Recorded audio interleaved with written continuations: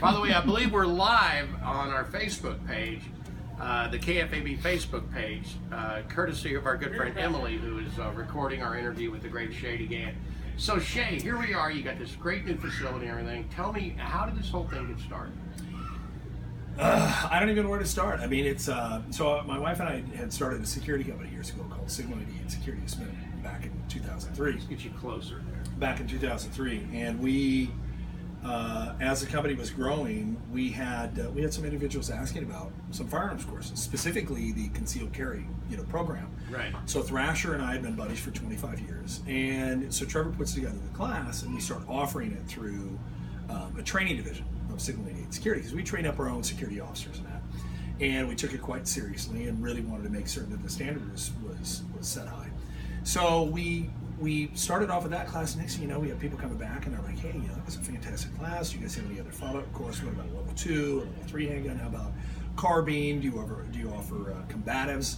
So one thing really kind of led to the next, and my exit strategy from Signal 88, I got burned out of the security field after about 10 years, and the one thing that I couldn't stand to think of losing was the training division. I had a lot of fun, and the guys that I had pieced together with Thrasher, this incredible network of current and prior military and law enforcement guys. I've been in law enforcement 19 years, so I had some connections, obviously, and I couldn't let it go. And I just thought, you know what? Why don't I do an shoot, unplug it, brand it in its own, and take it and run with it. And here we go. Yeah, it's crazy. So now you're training operators from all over the world. Yeah.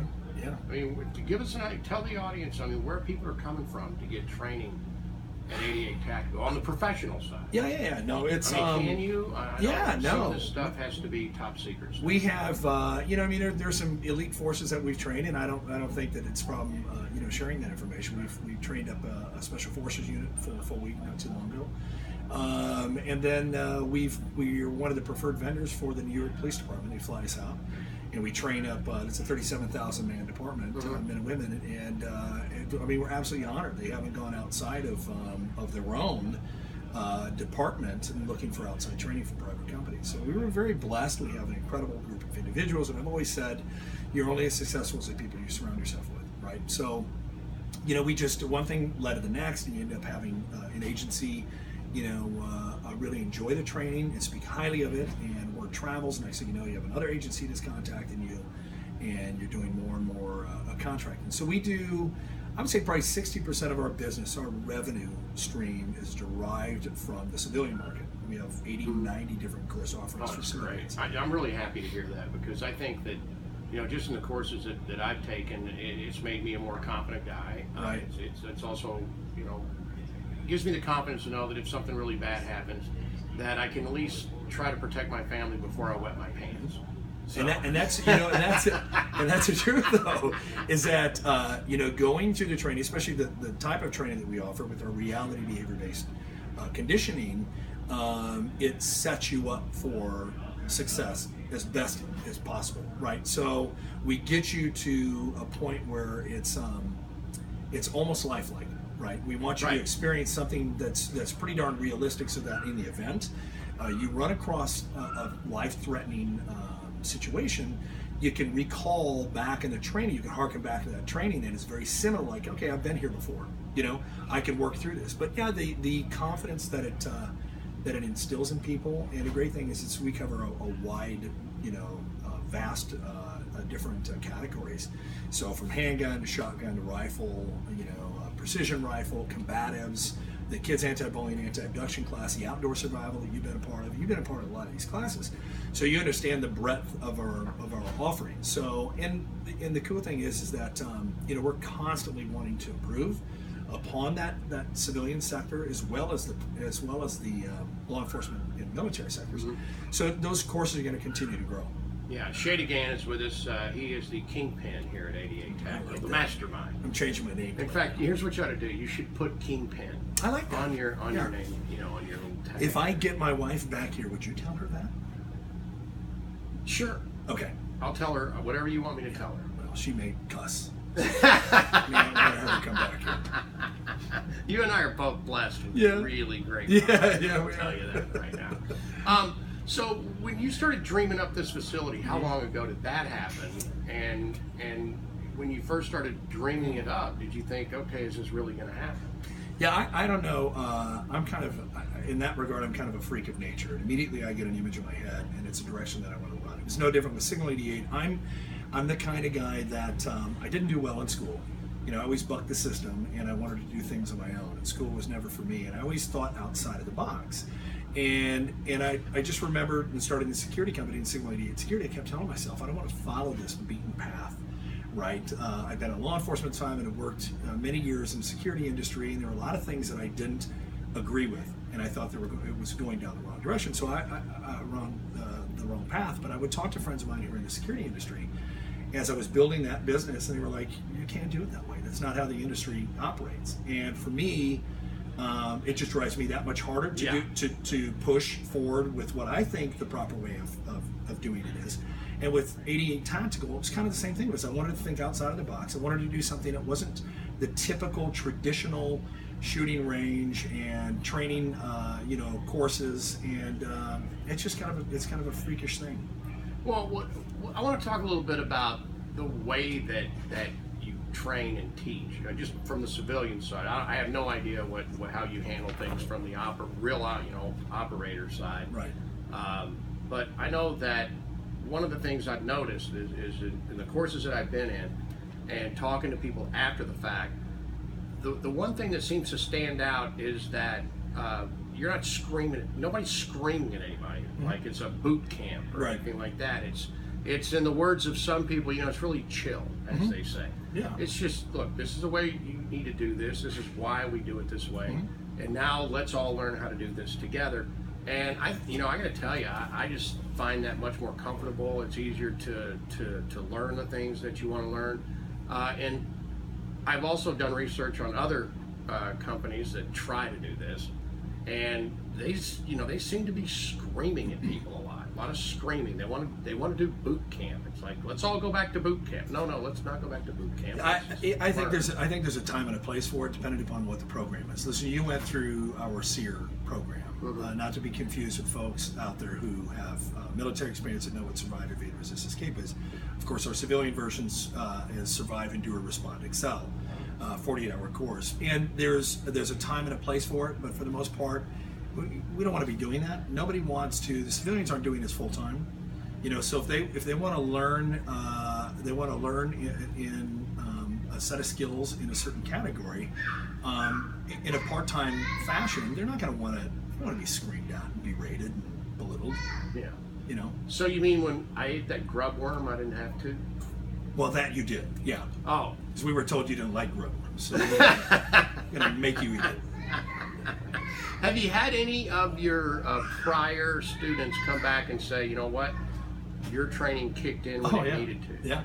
Give me a couple stories. Well, that's some of the most satisfying times for us is when you get somebody who goes through a class, any course, and they can come back and they can give you some example of a real life incident where their training kicked in, the training that we offered them, that they learned from us. We had a gal that went through our CCW class, and she'd taken 2 or 3 different classes with us, and then she went through our women's primal defense class, and setting boundaries and finding that voice within, and not feeling like I have to be sweet. It's okay for me to be rude if I need to be rude.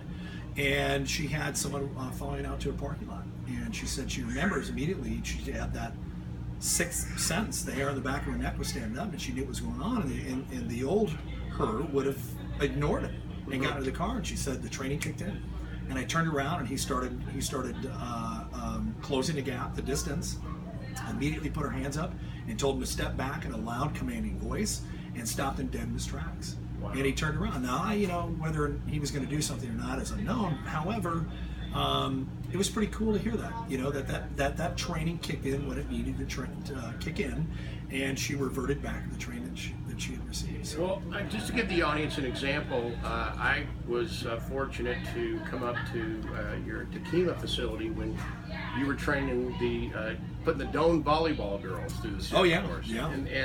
And it was really good for me to be able to see it from both sides, being in the course and then also being part of the course.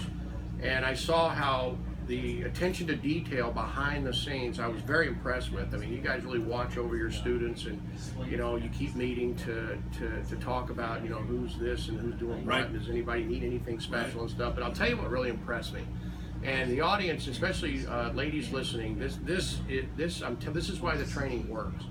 Because you put the girls through a scenario where they're being harassed walking across campus.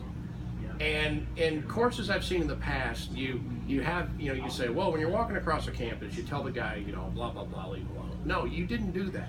You had the girls sitting on the ground, and they had to walk through a gauntlet of you and other guys who weren't pulling any punches. Hey, baby, you're hot. Hey, what do you say we hook up? Hey, baby, you literally were in the role, and made them use the training that you were giving them. And then it just went further, because then you had the guy in the suit. Yeah. Right? There's a suit that a trainer will wear that is to protect them from the full contact that they receive. Oh, yeah. And then you had the girls walking around, and they didn't know when this guy was going to jump out. So the training was very realistic, but there was never a time when I felt that I saw any of the girls that were being trained feel as though they were frightened or intimidated or offended. I thought you guys took great care to do a great job, keep them in reality, but at the same time, make sure that there was nobody who got freaked out over it, saying, hey, you're hot, you're built well. Why don't you say, let's hook up? First of all, I don't know how any of them turned you down.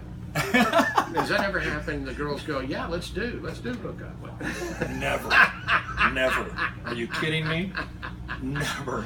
We're talking with Shea Degan from 88Tactical, and well, first of all, congratulations on the grand opening today. And the festivities go until 6 or 8? Or 8 p.m. 8 p.m. Oh, good, because when I'm done broadcasting, then I can really go look around. I'm very excited about that.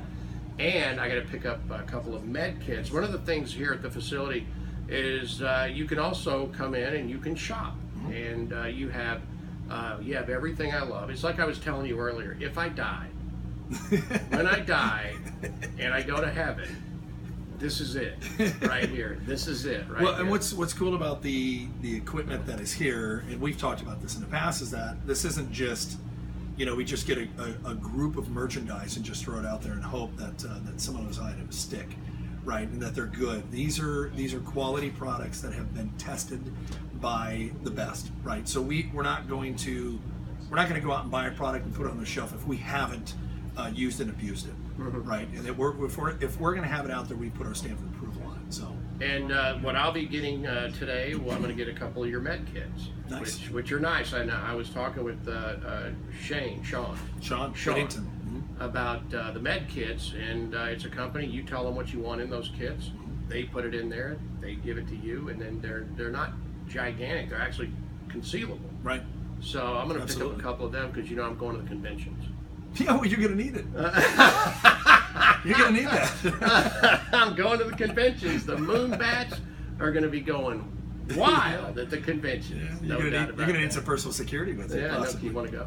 I'm in. Okay, that would be great. And let me ask my wife. Yeah, me too. That's my wife. All right. Well, very cool. Congratulations. Thank you, brother. Thank you.